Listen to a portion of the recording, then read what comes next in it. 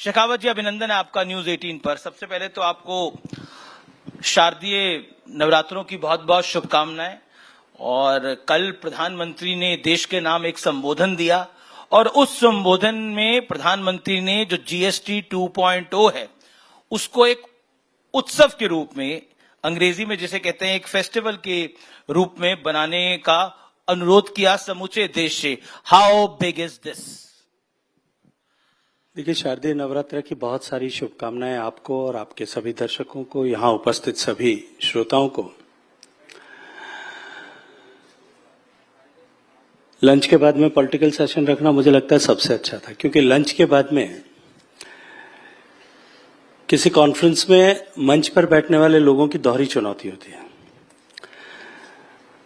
मैं जब student leader था उससे पहले भी बहुत बार बहुत सारी कॉन्फ्रेंसेस में, प्रोग्राम्स में मुझे मंच के सामने बैठने का अवसर मिला। तब एक ही चुनौती होती थी कि अपने आप को जगाए रखना, ताकि कैमरा कहीं घूमे और आप सोते हुए कैद न हो जाओ। लेकिन अब जब मंच पे होते हो तब खुद को भी जगाए रखना होता है और सामने वालों के ऊपर भी। और मुझे एक बात याद आई, पार्लियामेंट में किसी को आप लोगों ने पकड़ लिया था सोते हुए। तो देखिए, पार्लियामेंट में स्वाभाविक है, एक सांसद, मैं जानता हूं एक लोकसभा का सांसद होने के नाते कितना काम करना पड़ता है, शायद मुझे लगता है कि सामान्य लोग उसकी कल्पना नहीं कर सकते। जहां तक जीएसटी रिफॉर्म्स की बात है, जीएसटी रिफॉर्म्स केवल एक नीतिगत निर्णय नहीं है जी। जीएसटी रिफॉर्म्स केवल मात्र एक करों में राहत जितना विषय नहीं है। जीएसटी रिफॉर्म्स पिछले 10 साल में माननीय प्रधानमंत्री नरेंद्र मोदी जी के नेतृत्व में जिस तरह से देश की अर्थव्यवस्था, जो यूपीए के समय बेपटरी हुई थी,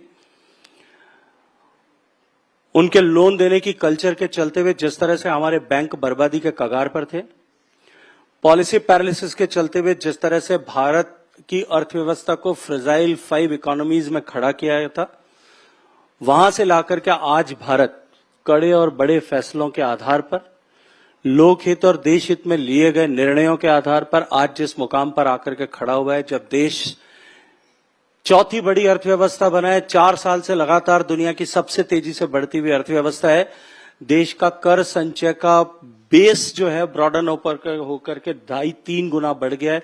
देश का टैक्स कलेक्शन 60,000 से 70,000 करोड़ रुपए पर मंथ के बीच में जब जीएसटी लागू हुआ था तब था, वहां से लेकर के आज 2 लाख करोड़ रुपए प्रतिमाह हो गया है। ये देश के लिए उन सारे फैसलों और माननीय प्रधानमंत्री के नेतृत्व में देश की प्रगति की परिणति है। और जब प्रधानमंत्री ने कहा लाल किले के प्राचीर से देश 2 बार दिवाली मनाएगा, देश दिवाली से पहले दिवाली के मोड में आ चुका है जी। जब ऑपोजिशन के नेता बोलते हैं, बड़े बड़े नेता बोलते हैं, मैं सबका नाम लेना चाहूंगा तो समय निकल जाएगा सवाल में, वो कहते हैं कि टैरिफ से ध्यान हटाने के लिए ये पूरा खेल खेला गया है। That's another version. What's your take? मैं याद दिला देता हूं, डिमोनेटाइजेशन जब होने वाला था, उत्तर प्रदेश के चुनाव हो रहे थे जी। पुराने रिकॉर्ड उठा करके देख लीजिएगा उस समय कैसी टिप्पणियां की गई थी, लेकिन हुआ क्या था। मैं फिर कहूंगा, हर विषय को राजनीतिक दृष्टि से देखने की कोशिश करना, उस लेंस से देखने की कोशिश करना और माइक्रोस्कोप लगा करके उसमें राजनीति ढूंढना और उसकी आलोचना करके अपने राजनीतिक स्वार्थों या महत्वाकांक्षा की पूर्ति करने के प्रयास पहले भी होते रहे। इस 10 साल के कालखंड में लगातार इस तरह के प्रयास किए गए। एक बार पहले भी विफल हुए, एक बार फिर विफलता होगी। महाकुंभ में देखा, मैंने खुद विटनेस किया है कि कितने लोग वहां जा रहे थे। एक हिंदू तीर्थ स्थानों पर भीड़ बढ़ी है, उसके पीछे एक बड़ा कारण है कि भारतीय जनता पार्टी की सरकार ने एक हिंदू चेतना भी जगाई है। तो कहीं ना कहीं जेनजी में भी, जेनजी की बड़ी बात हो रही है, तो एक उनमें फोमो हो जाता है कि हम नहीं जा रहे तो we are missing out something. I will get into that also, but GST की बात अगर हम करें तो इन रिफॉर्म की अभी आवश्यकता क्या थी? इकोनॉमी ने ऐसा क्या सिग्नल दिया था? What's your view? देखिए, देश की अर्थव्यवस्था, जिस तरह से मैंने प्रारंभिक प्रश्न के उत्तर में कहा था कि जब जीएसटी लागू हुआ था उससे पहले के परिप्रेक्ष्य में चाहिए, अनेक तरह के टैक्स, देश में अलग अलग तरह के टैक्स स्लैब्स, हर राज्य की अपनी टैक्स संरचना और लगभग 18 तरह के ऐसे टैक्स जो सिमिलर टैक्सेस सब जगह थे, इसके स्लैब्स अलग अलग हो सकती थी, हर राज्य में थे। मैन्युफैक्चरर परेशान था, उपभोक्ता परेशान था, टैक्स ओवर टैक्स के कारण से कैस्केडिंग इफेक्ट होता था, उसके कारण से जो है आम जन को, उपभोक्ता को वस्तुएं महंगी मिलती थी। जी, प्रधानमंत्री जी ने निर्णय किया, विपक्ष ने बहुत सारे, विपक्ष की नेतृत्व वाली सरकारें थी, उन्होंने बहुत सारी चिंताएं व्यक्त की। आज इस जगह पे खड़े होकर और बैठ के धन्यवाद देना चाहता हूं देश के प्रधानमंत्री के, उन्होंने उनके निर्णय का और उनके साहस का, उन्होंने कहा कि टैक्स कलेक्शन कम नहीं होगा और किसी राज्य को अगर नुकसान होगा उसकी भरपाई केंद्र सरकार करेगी, और हमने की। चलिए मैं जीएसटी की पॉलिटिक्स पे बात करता हूं। कांग्रेस पार्टी कह रही है कि ये सब कुछ राहुल गांधी ने करवाया है, राहुल गांधी की वजह से सब कुछ हुआ है। फाइनली मोदी जी को राहुल गांधी की सुननी पड़ी, मोदी कैबिनेट को सुननी पड़ी। आपने ठीक से तो सुना था? नहीं, यही बोला है, जो बोला है मैं बता रहा हूं। क्योंकि कांग्रेस के अधिकांश नेता आजकल ऑफ द कैमरा तो ये कहते हैं कि ये सब राहुल गांधी का किया धरा है, ये जो दुर्दशा है, दुर्गति है, ऐसा कहते हैं। जितने मेरे मित्र हैं, मैं जब ऑफ द रिकॉर्ड बात करता हूं तो वो ऐसी बात करते हैं। कहीं ऐसा तो नहीं सुना है आपने? वरना जीएसटी को लेकर के, जब जीएसटी लागू हुई तब से लेकर के आज तक हर मंच पे खड़े होकर के उन्होंने इसको गब्बर सिंह टैक्स कहा था। उन्होंने ये कहा था कि ये गब्बर सिंह टैक्स जो है ये देश का शोषण है। उन्होंने कहा था कि देश की अर्थव्यवस्था को बर्बाद कर देगा, देश के उपभोक्ताओं के जेब खाली कर देगा।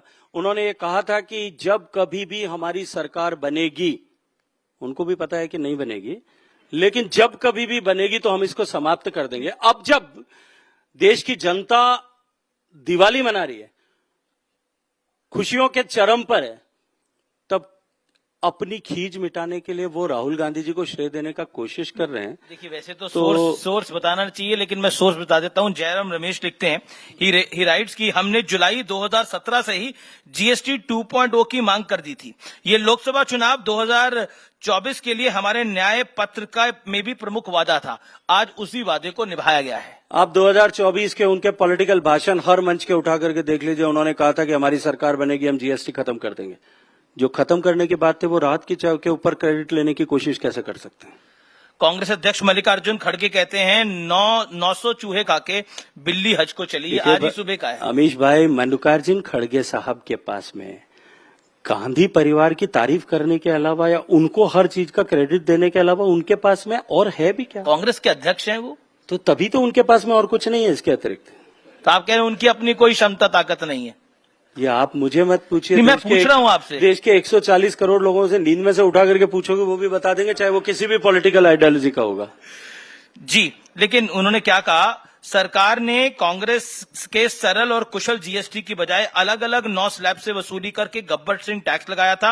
8 साल में 55 लाख करोड़ रुपए से ज्यादा वसूले हैं।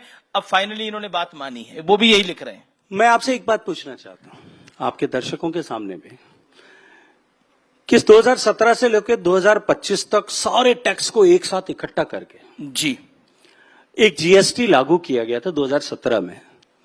उससे पहले 10 साल तक उनकी सरकार थी, अलग अलग टैक्सेस लगते थे। 18 तरह का इंस्पेक्टर जो है वो ट्रेडर और मैन्युफैक्चरर की छाती पे, उसके घर पे घुसा रहता था। कैस्केडिंग इफेक्ट की मार जो है उपभोक्ता झेलता था।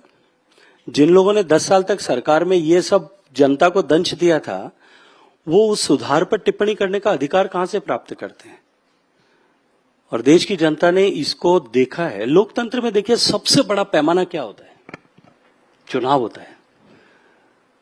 अगर माननीय मोदी जी का निर्णय देश के हित में और देशवासियों के अनुकूल नहीं होता ना, तो तीसरी बार लगातार इतने बड़े बहुमत के साथ में देश की जनता जो है उनको आशीर्वाद देकर के प्रधानमंत्री नहीं बनाते। आप तो राजस्थान से आते हैं, पोखरण भी जाते रहते होंगे। वहां अटल बिहारी वाजपेयी ने सबसे दूसरे नंबर, पहले इंदिरा गांधी ने करा, फिर अटल जी ने वहां पर परमाणु लोकसभा क्षेत्र आप ही का लोकसभा क्षेत्र है। अब राहुल गांधी कह रहे हैं कि वो दिल्ली में हाइड्रोजन बम फोड़ेंगे, पॉलिटिकल हाइड्रोजन बम। देखिए, राहुल गांधी जी दिल्ली में हाइड्रोजन बम फोड़ने की कोशिश करते हैं और मोदी जी की सरकार पाकिस्तान में आतंकवादियों के किलों को ढहाने के लिए बम फोड़ती है। ये फर्क है, और ये फर्क देश की जनता बहुत स्पष्ट निगाहों से देखती है। उनको दिखाने की और समझाने की जरूरत नहीं पड़ती। बिल्कुल आखिरी राउंड है और समय भी बिल्कुल समाप्त हो गया, तो एक एक लाइन में आपका जवाब। परिप्रेक्ष्य में सीट डिवाइड होंगी तब देख लेना कौन है।